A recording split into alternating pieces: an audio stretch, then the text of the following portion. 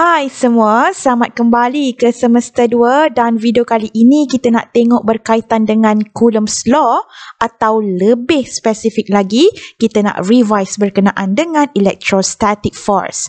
Okey, jom kita mula. Okey, sekarang di sini kita ada two charges, Q1 and Q2, and both charges are positive charges. Alright, and the position between them is R12, and as you know, if two charges of the same type, they will repel each other. Okay, so if we draw the direction of the force on charge 1 due to charge 2, and the direction of the force F12 should be to the left. And force exerted on charge 2 by charge 1, or force exerted on charge 2 due charge 1 should be written as F21, and the direction should be to the right. Okay, since they are repel one another, so the direction of the force seorang ke kiri dan seorang lagi ke kanan, and dia mesti tolak each other. Okay, but if we have two charges of different type, means that satu lagi positif dan satu lagi negatif, these two charges will attract one another, and the direction of force on charge 1 due to charge 2, F12 should be to the right sebab charge 1 akan attracted to charge 2, and charge 2 will be attracted to charge 1, so the direction of F21 should be to the left as shown in the figure. Okay? So now, since the two charges will repel or attract one another, the two charges will experience a force pushing them apart or pulling them together. Okay? So, dia ada satu daya tolakkan ataupun daya tarikkan antara kedua-dua charge tersebut. Sekarang, force ini bagaimana kita nak kira? How much force between them? So we can calculate the amount of force that two charged objects experience. That depends on the first one, it will depends on the magnitude of the charge, nilai charge tersebut. And the second one, the distance between them, which is R. Okay, R itu adalah jarak antara charge 1 dan juga charge 2. So now, bagaimana untuk kita kira daya tersebut? How much force? So now, we use Coulomb's law to calculate this force by using an equation of F equal to KQ1 Q2 over R squared, where F is the magnitude of electrostatic force, Q1 and Q2 is the magnitude of charges, R is the distance between 2 point charges, where K is the Coulomb's constant, and it is equal to 9 times 10 power of 9 Newton meter squared per Coulomb squared. So based on definition, Coulomb's law is defined as the magnitude of the electrostatic force between 2 point charges, which is Q1 and Q2 tadi, and it is proportional to the product of the charges and inversely proportional to the square of the distance between them. R squared merujuk kepada distance between them. Okay? So, let's move to the example. Alright, let's look at this example. So, let's say here we have two charges, okay, Q1 and Q2. While Q1 is 85 microcoulomb and Q2 is negative 50 microcoulomb. And the distance between these two charges is equal to 3.5 centimeter. Okay? So, since kedua-dua charge ini merupakan charge yang berbeza, which is positive and negative, so we need to draw the direction of force on Q1. Okay? Q1 will be attracted to Q2. So, the arrow F12 should be to the right, while the direction of the force on charge 2 due to charge 1 should be in opposite direction, dan kita tulis sebagai F21, and the direction should be to the left. Okay, so now let's calculate the force on charge 1 due to charge 2, F12, equal to KQ1 Q2 over R12 squared. Okay, so kita ada dua charge sahaja, and after we draw the direction of force F12, now we can calculate the magnitude of the force by using that equation. Boleh? Okay, so KQ1 and Q2. So when we substitute the value of the charge, look at here, this is very important. So for the electrostatic force, we need to draw the direction of the force on that charge. But when we try to calculate the magnitude of the force, so since kalau kita tengok dekat situ, Q2 adalah negative 50 microcoulomb, but in your calculation of the force, please don't include the negative sign in your calculation. Okay? Sebab kita dah consider direction dia tadi, they will attract each other, but in your calculation, please ignore the negative sign. Okay? So now we substitute all the values, and finally, F12 is equal to 3.12 times 10 power of 4 Newton. Jangan lupa ya, unitnya adalah Newton. So since force is a vector quantity, so kita dah kira dah magnitude dia, but don't forget to write the direction of the force F12, where the direction is to the right. Now, let's move to the calculation of force on charge 2 due to charge 1.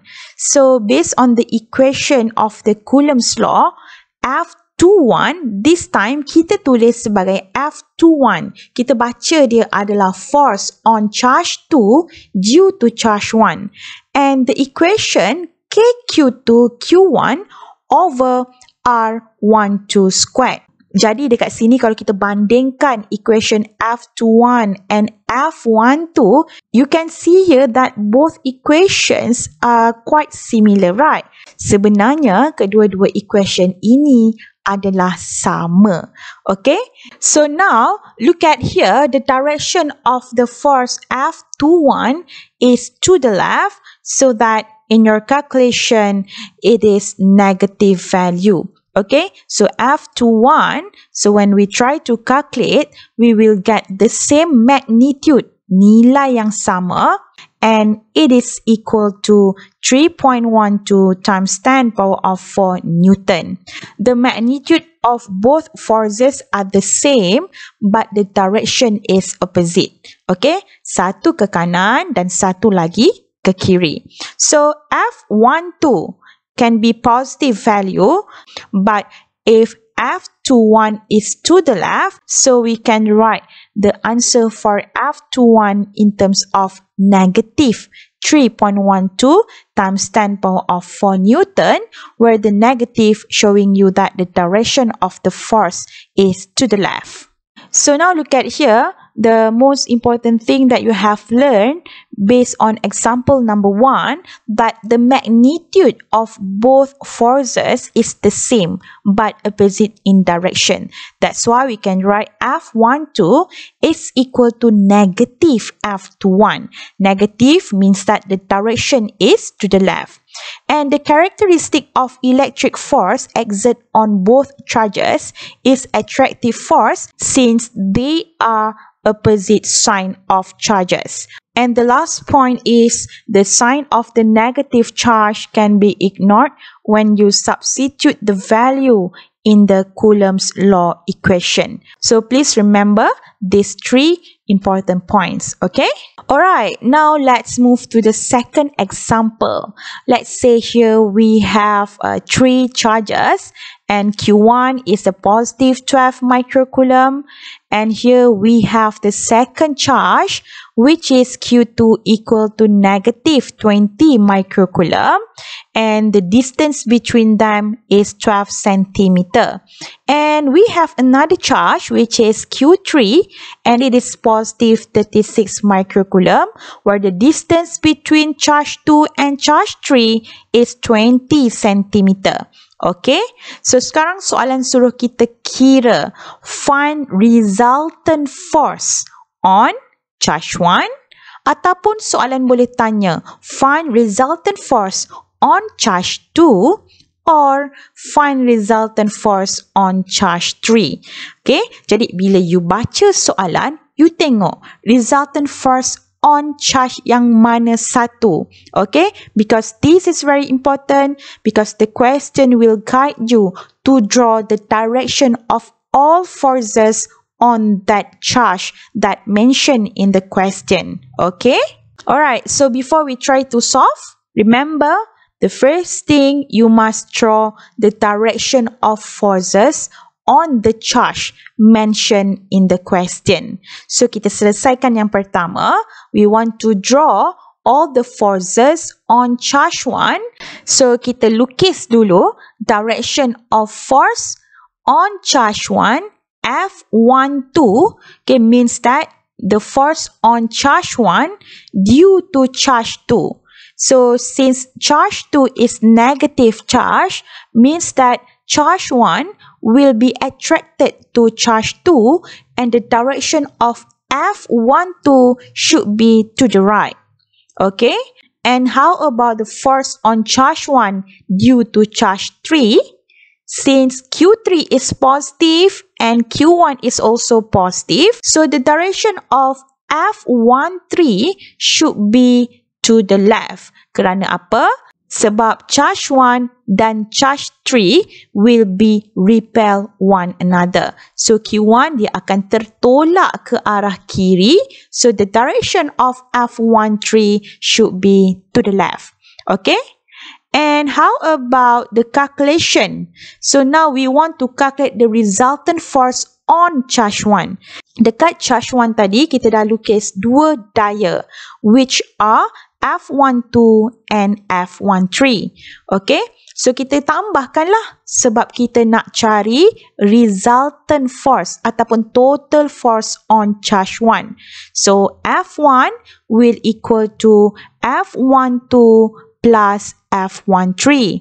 Since they are opposite direction, since this is a vector quantity, bila you tambahkan kedua-dua force, please remember that you must consider the direction of the force. So, kita boleh tulis F1 is equal to F12. F12 ke kanan, so nilainya mesti positif, plus negatif F13. F13 ke kiri, so nilainya adalah negatif. Alright, now let's substitute the equation of Coulomb's law. Okay, F12 should be the force between charge 1 and charge 2. So we write KQ1, Q2 over the distance between them is R12 squared minus KQ1, Q3 because F13 adalah force antara charge 1 dan charge 3. So KQ1, Q3 over jarak antara charge pertama dan charge ketiga. Look at the diagram. We need to consider the distance between charge 1 and charge 3 and they are 32 cm apart. Okay, 12 cm tambah 20 cm and R13 is equal to 32 cm. Okay, so dalam calculation jangan lupa sentimeter mesti tukar kepada meter. Okay, and the final answer for the resultant force on charge 1 is equal to 112 Newton. And since F1, okay, kita dapat nilai positif, means that the direction of the resultant force on charge 1 should be to the right. Okay? Yes, good. Next, let's draw all the forces on charge 2. Kalau soalan tanya, find resultant force on charge 2. So, kita mesti lukislah force on charge 2 due to charge 3 and force on charge 2 due to the charge 1. So, since charge 2 is negative and charge 3 is positive, so they will attract one another. So, the direction of F23. F23 kita baca force on charge 2 due to charge 3. Okay, so dia akan tertarik ataupun attracted to Q3 ke arah positive charge. So, F23 should be to the right and F21 is to the left. Okay, since Q2 also attracted to the first charge. Alright, jadi jom kita kira pula resultant force on charge 2. Kita tulis sebagai F2 equal to F23 plus F21. Now look at the direction of F23. It is to the right, so it is positive value.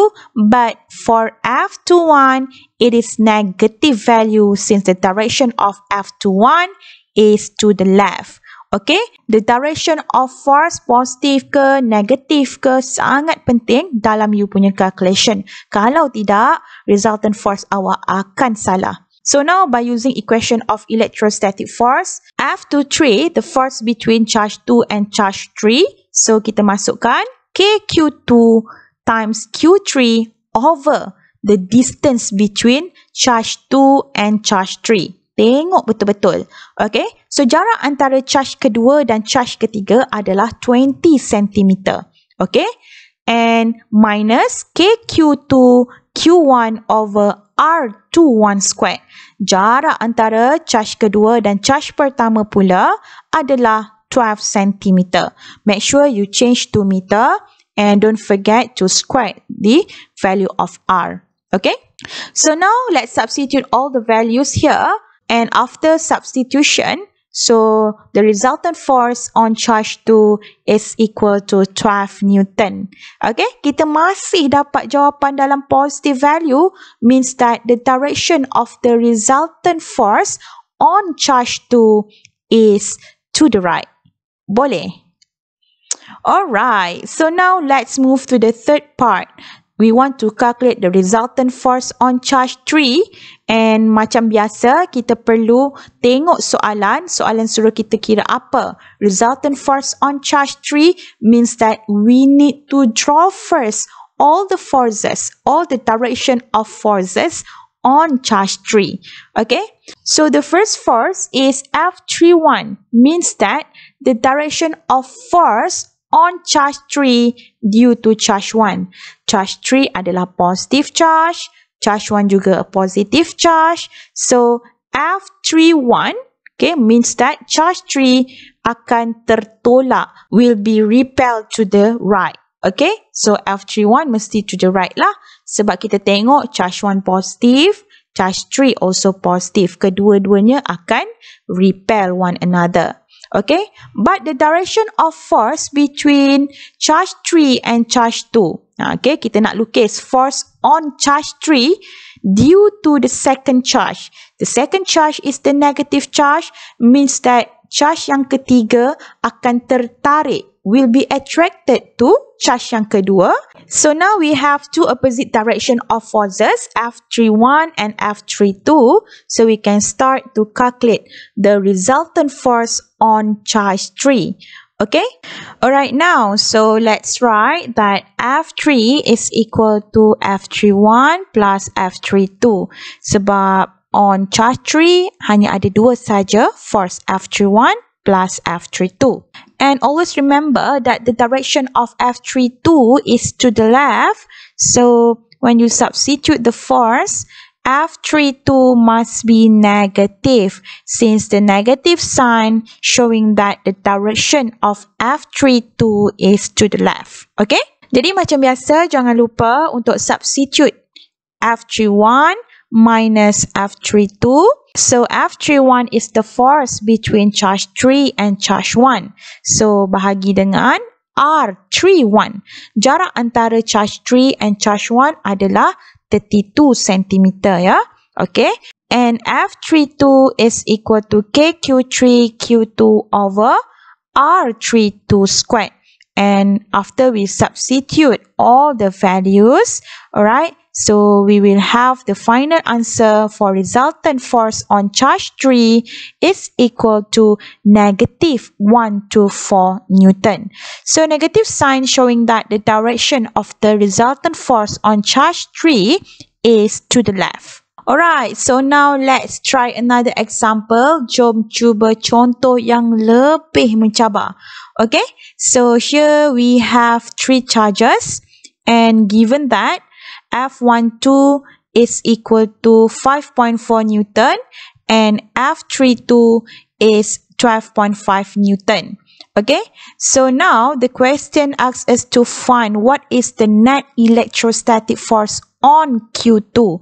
Bila perkataan on Q2 means that you need to draw all the direction of forces on Q2 due to charge 1 and on Q2 due to charge 3. Okay, so sekarang kita tengok dulu. Okay, between charge 2 and charge 1. So since charge 2 is positive charge and charge 1 is negative charge, so means that charge 2 will be attracted towards charge 1. So the direction of the force on charge 2 due to charge 1, F21 should be in this direction as shown in the figure. Okay, jadi untuk force yang seterusnya pula adalah force antara charge kedua dan charge yang ketiga. So, sama juga macam tadi, the electrostatic force on charge 2 due to charge 3, F23. So, kali ni F23. So, F23 would be to the right. Kerana apa? Because charge Q2 is positive charge and it will be attracted to charge 3 which is negative charge. Okay, so the direction of F23 should be to the right. Jadi dekat sini apa yang lebih mencabar adalah look at the direction of F21. Okay, kalau sebelum ni kita hanya ada one dimension direction. Okay, means that arrow itu hanya vertical ataupun arrow itu hanyalah horizontal direction. But this time you can see here that F21 ada angle. The direction of F21 dekat sini kita ada angle. That's why we need to resolve F21 into F21x and F21y. So now let's try to resolve F21. So look at here, we have the angle is 17 degree here as given in the question. So when we try to resolve F21x and F21y, lukis dulu arrow untuk F21x dan F21y dahulu. Okay, so now look at here, we have two forces, F21 dan juga F23. Alright, now let's start to resolve F21. Alright, so we have X component and Y component. So for X component, so we have F21 sine 17 degree. So F21 is actually equal to F12. And the value is given by the question, which is equal to 5.4 Newton. Alright, so kita dah kira F21x, which is equal to 1.58 Newton, while F21y is equal to F21 cos 17 degree. Okay, so tengok pada angle yang soalan bagi itu, siapa yang duduk sebelah angle, dia cos, siapa yang duduk jauh daripada angle, dia adalah sin. Okay, remember semester 1 punya chapter. Okay, so F21y is equal to 5.16 Newton. And then let's move to F23. So look at here that the direction of F23 is in X component only, which is to the right. So tak perlu resolve. So kita dah tahu nilai F23. Okay, so soalan bagi F32 is equal to 12.5 Newton. So F23x is actually equal to 12.5 Newton. Okay, so tak ada kita nak resolve apa-apa. So F23y must be 0 Newton. Okay, so now let's try to calculate the resultant force on charge 2, where the magnitude of the resultant electric force acting on Q2 can be calculated by using this equation. Remember, alright? So F2 equal to square root total F2x squared plus F2y squared. So here we need to find first what is the total force in X component, where it is equal to 14.1 Newton. And then for Y component, the total force in Y component is equal to 5.16 Newton. Alright, so now we can straightly substitute in this equation, where the final answer for resultant force on Q2 is equal to 15.0 Newton. Okay, since this is two dimension, okay, kita ada resolve satu force tadi, so we need to find its direction by using this equation, where theta is equal to inverse tangent total force in Y component over total force in X component. Okay, so kita dah dapat nilai dia tadi, kita substitute all the values, therefore theta is equal to 20.1 degree. And how about the direction? Is it above or below positive x-axis or negative x-axis? Okay, so bergantung kepada nilai total fx dan total fy yang kita dapat dalam kita punya calculation. And then look at here that the total fx and fy both are positive values, so that total fx should be to the right, which is 14.1 Newton, and total fy should be upward since it is positive 5.16 Newton.